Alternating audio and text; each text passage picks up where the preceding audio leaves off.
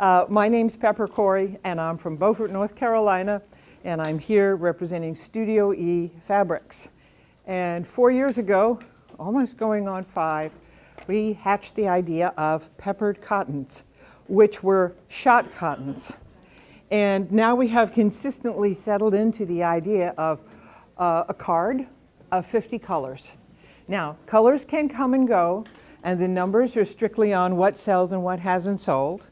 And sometimes you'll have a card and you won't be able to find it, but it's still on the website. If it's still on the Studioe website, it means there's some in the warehouse. So don't be sitting there drumming your fingers waiting for your distributor to find it. Please call Studioe directly to see if it's in their warehouse. Okay, so sometimes distribution is like that. And what we try to do here is bring you colors that are not the ones you see every place. These are shadable colors. Shot cotton means literally that the loom is warped with one color as the warp, and the weft, which is shot from side to side mechanically, brings another color into play. So some of the most unusual colors are actually representations of two very diverse colors. Some are very close. And we have 5 primary colors in which warp and weft are the same. They're not legally shots, but they look great on the card and you wanted them. So, okay. We have white sugar, which is white, and we have deep space, which is the blackest black you will find. And we have a true red called flame, and a royal blue, which may or may not have been used in this particular quilt. And oh yes, this royal blue, very deep blue, and we have a bright yellow. So we have those 5 primaries, and the others are all true shot cottons. There's also a species of shot cotton that's called chambray, and you're familiar with that probably from American work shirts and jeans, in which the warp is one color, but the weft tends to be white. And when that happens, it means you take a really deep color, like blue, and you shot it, whatever, weave it with white, and it comes up with that iconic work shirt blue that we're all familiar with. And I'm proud to say we're going to be introducing more of those. Last year, I reached out to friends in the quilting industry. There were 12 friends. One of them had some personal things come up, but one came up with 2 blocks. And I asked them to make 1 block to go into a sampler quilt. There were just very few conditions. Please use peppered cottons that are available today. So please don't go looking up that yellow-green that lasted about 6 weeks. Okay. Please make your block 16 inches or 16 and a half until it was sewed. Please get it to me on time. That was a big one. And the other thing was, please make it indicative of who you are. Who you are. So I'm going to point to some blocks, and I do know that some of the designers are here in this audience. So step forward, Janice Pope. Janice is running the video right now. This is her block called Pie and Ice Cream, and is available as a pattern on her site. Stand up, Allie Aller, who is famous for applique, which is outlined in a tiny 1/8 inch. I'm not going to call it piping. What's the best word for it? Leading. Looks like stained glass. And let me see, Guyleen is not here. Kelly Ashton is here, whom I introduce as the woman who never met a 60-degree triangle she didn't love. So Kelly has written a whole book on 60-degree patterns, you know, starting, of course, with something that we all know like Grandmother's Flower Garden, but then going into beautiful blocks like this. And I just went to a workshop next door. Valerie Bothell, she of the beautiful Crazy Quilting, is here. Val, take a bow. And let's see who else is here. Barbara Black is here, who does a lot of scrap quilting and string quilting in her quilts. Is Kathy Delaney here by any chance? No.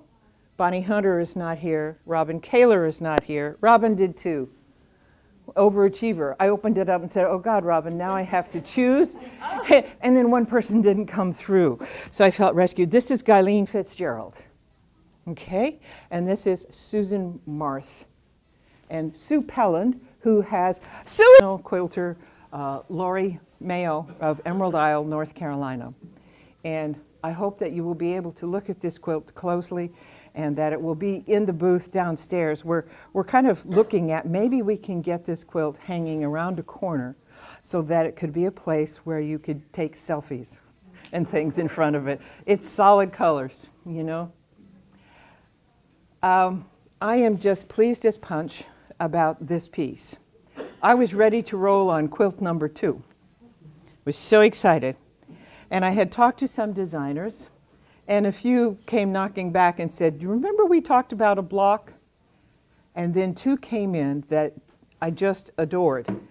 But we needed to not make a second quilt because Studioe also has a huge project underway called the Sew Revolution.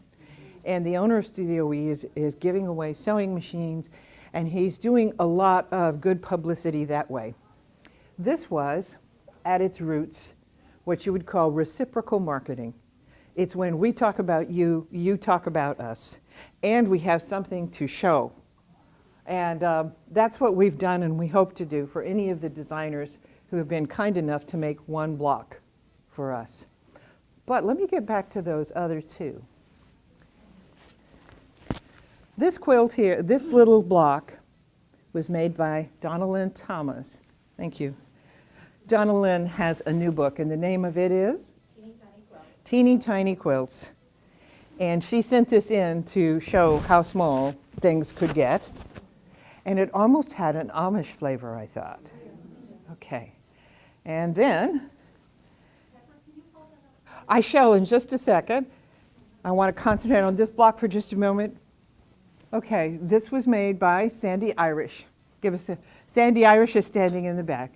And this uses a special tool. It's a template, is that correct? Yes, I call it the quarter carat template. It's called Quilted Tool, and it's 60-degree diamond, like the others. No cutted, no Yeah. wide seams, diamonds like that. Okay. When she sent me the block, it wasn't this shape, okay? It extended further. And in a little casual note, just cut to size.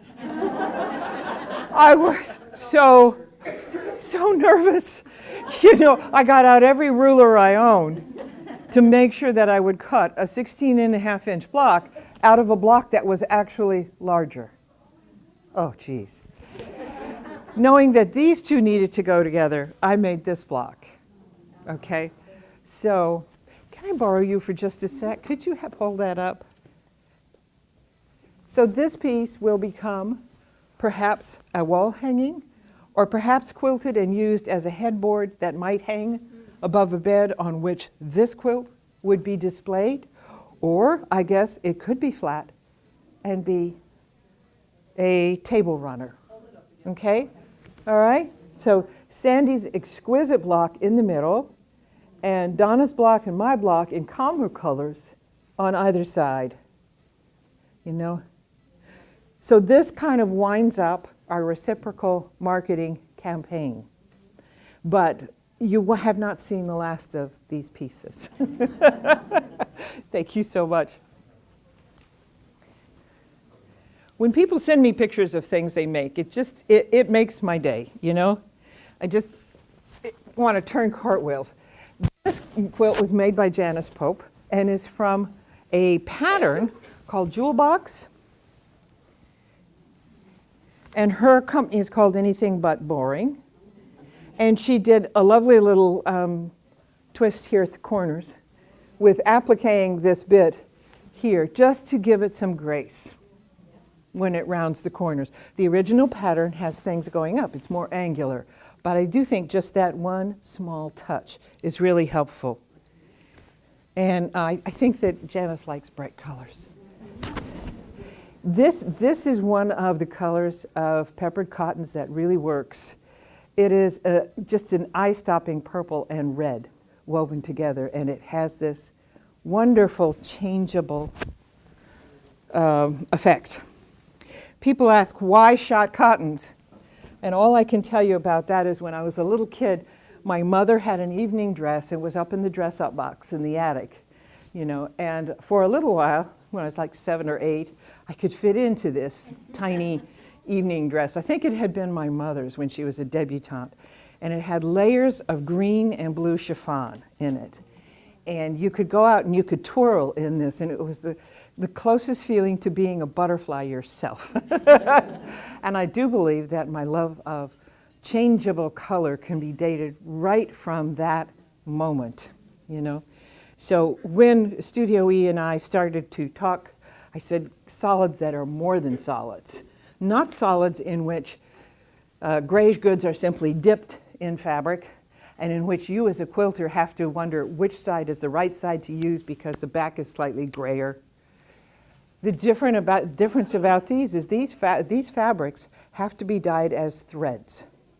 So everything is dyed before it goes on the loom. And that's what makes them exactly the same on the front and the back. Now people remark on how nice and smooth they are when they're on the bolt. That's going to be on the bolt, and if you do art pieces such as crazy quilting or something like that, you might, you know, really incorporate that shine. But the fact is when the fabric is washed, the shine is knocked off of it, and the front and the back are exactly alike, which is a boon to quilt makers who occasionally cut things wrong. You know, oh no, someone said, I never cut anything wrong, you know. But, you know, they are very, very usable that way. One of the things I did want to ask, oh, Allie, did you bring your other quilt? Reciprocal marketing is all like this. It's not only you that need help, but all of us need a hand up. I wanted to show Pepper how I thought that her colors worked so well with vintage blocks. I had these blocks in my collection, and having the peppered cottons set them off in such a wonderful way. They just worked with these older prints. So if you have 30s prints in your shop, or if you have customers with block collections and they want to come in and work with them, the peppered cottons work really well. Allie, let's step back so that the camera can really play on this. Isn't that neat? And this also, I used peppered cottons for the leading, the very fine strips around the blocks. It's part of a stained glass technique that I developed for a book for CNT Publishing, Stained Glass Quilts Reimagined. There's my reciprocal marketing. But it really helps, using that subtle amount of color really helps you push the colors just a little bit farther than they would go otherwise, and gives you kind of a subtle design element that it just makes it unique. Mm-hmm.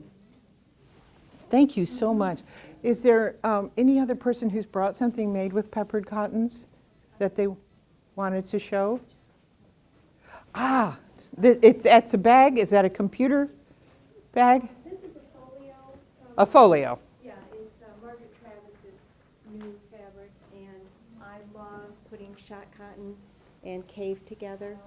When I first looked for shot cotton, I bought her line because it was the best I could find on the market. Thank you. Fabulous. And then our long arm center, we take and cut out big cave motifs and just long arm it onto shot cotton. And I didn't know that was going to happen today. That's really lovely. Thank you. Thank you. One of the things that I try to do is really make this a schoolhouse. And a schoolhouse is, of course, something in which you learn something, not just that we show you all the new stuff we've done, but that you can learn something.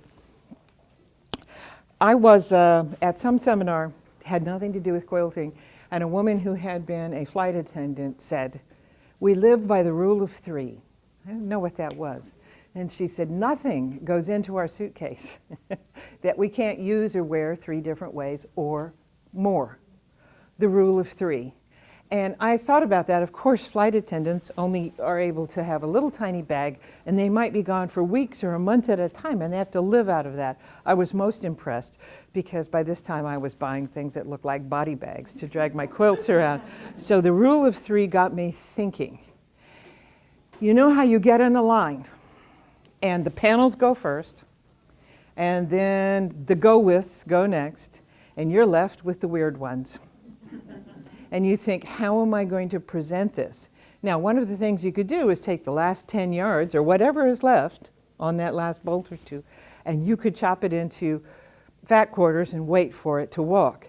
However, why not apply the rule of 3? So there was a line that came out 2 years ago from Studioe, and it was called Licorice Candy. And it was not a hot seller initially. So, isn't that wonderful? She hopped right up. Thank you, thank you. This is so soft. These were the last 2 colors left in the Licorice Candy line, and I didn't have enough of either one to do a quilt the size I wanted. However, there was enough that I could drop back on my old skills. Someone might remember a book called Crosspatch, and the formula is, if you're using 2 different fabrics, or if you're making a quilt with 2 different blocks, the formula is odd number of blocks across by an odd number down, so that your corners may be all the same and you will have a discernible center. So I had enough of this geometric fabric to make 5 blocks. And I had enough of the white posy to make 4 blocks. I had enough of the peppered cottons. And this is a 6-inch Drunkard's Path unit, okay? And so 9 blocks in bright colored peppered cottons, and they also get a 6-inch block so that if they hit the border, they get to step off the border. And this is 80 inches square. So this sells the last 2 pieces in the Weirdo collection. And I don't care what collection you're selling. There will always be 1 or 2 things that linger forever. So my idea is this. Why don't you take Weirdo fabric and demonstrate rotary cutting on a template? And feel free to do it every day of the week until you have assembled enough to make a block. This block then becomes a demonstration for sewing curves on a sewing machine. Making the quilt itself could be a class. And then for God's sake, after you've done the quilt, sell it. How many times have people come into your shop and said, I want to buy a quilt? And you looked around at all your beloved samples, your collection of antique quilts that you will live with till your dying day, and said, we don't sell quilts here, we teach you how to make them.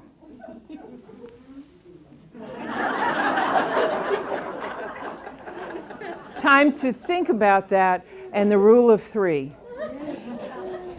You spending your time, it's really important, you know? So why not think about demonstrating with something, selling a template, selling a book on Drunkard's Path. The one I wrote is now so old it's sold by Dover. Think about doing that. Okay, we've got 2 things here. Now, I'm going to give them to you to fondle, but they need to turn up at the back of the room. The next peppered cottons will not be available to ship until March of 2019. Bad news, good news. Bad news, 2019. Good news. They are unusual springy colors, and you can budget for them because you will know they're coming. So on those little snakes of samples, you're going to see a wonderful deep pink that is composed of a red and a pink together, which is called cinnamon pink. We did, and it would go a lot with vintage things as well. And you will see a sweeter, lighter pink, which is a pink plus white. It's a true chambray, and that's carnation. And you'll see something exceedingly strange, Miami.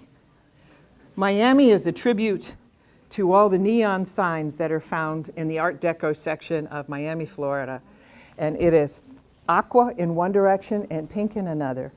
And it produces an iridescent purple from here. From far away it will look gray. So this is Miami.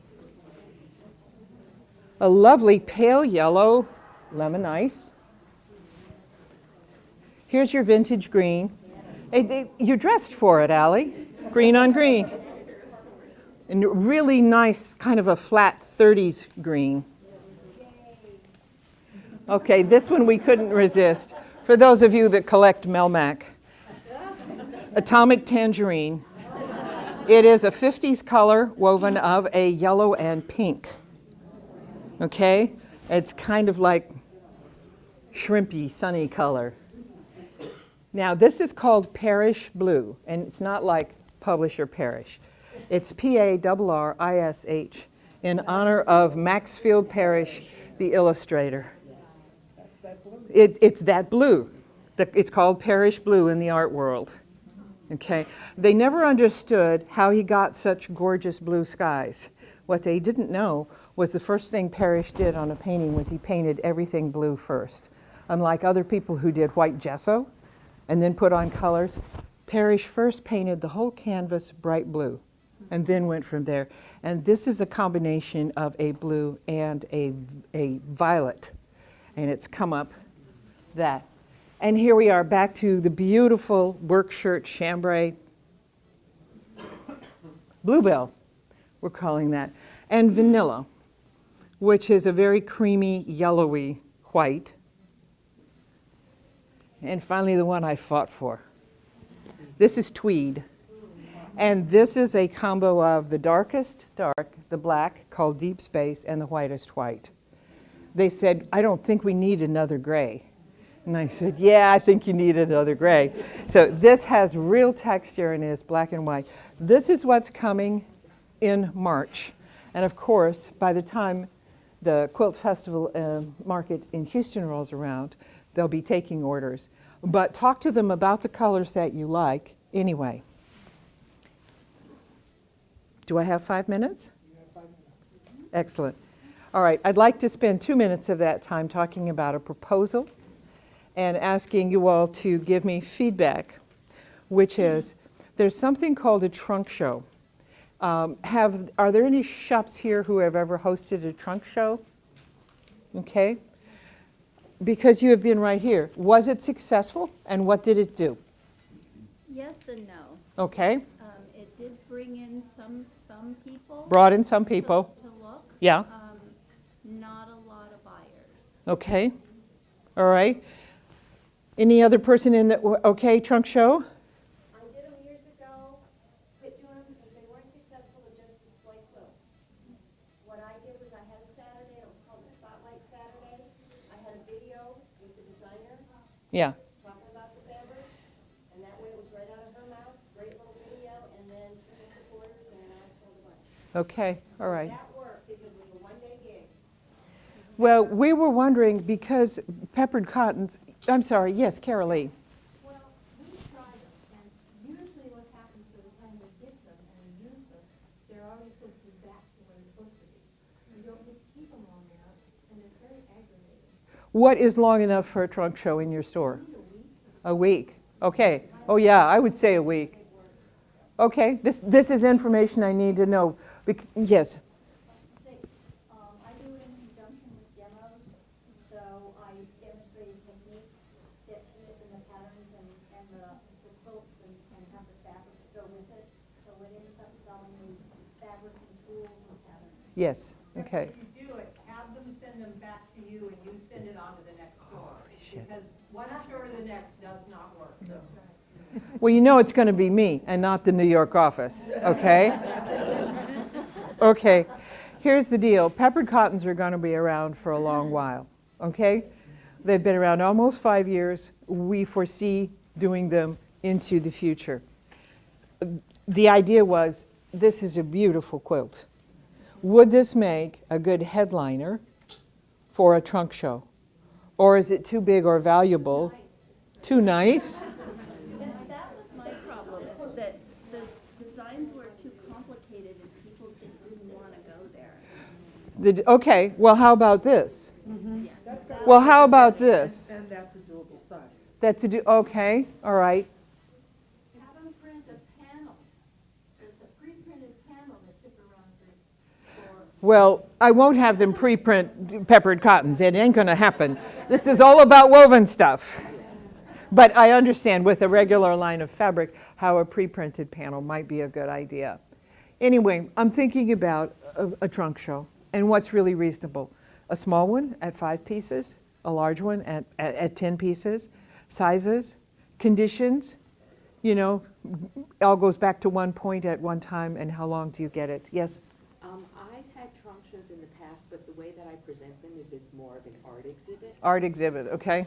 And so I don't really, you know, I have the goods there and, you know, in books if need be or patterns, but I really give it that feel of an exhibit. And talking with people more is art, and we have them carded, and there's a little brochure that I've either made up or received. And it gets people talking, and it gets people coming in who wouldn't normally be quilters or Yeah, sewers. no, okay, so presented as art, so we Yes, get and so- artists. So it works. Okay, at I can see that. different- Yeah. Okay. Did we collect business cards as they came in? Thank you so much. You have a huge pile. Okay. Oh, we'll just work them into the mix. Now, I have my fan of cards here. okay, I also have some color cards, but what I would ask is that if you got this color card in Houston, or this is the color card that you already have in your store, you don't need another at this time.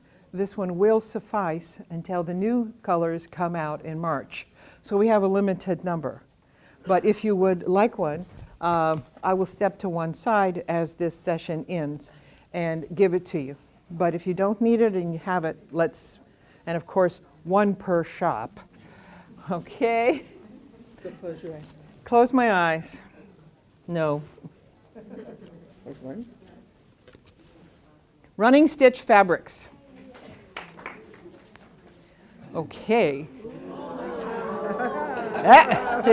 Yeah. Go make a quilt. That was the best response. Yeah. Yeah, it was sort of ecstatic. I like the slight ooze.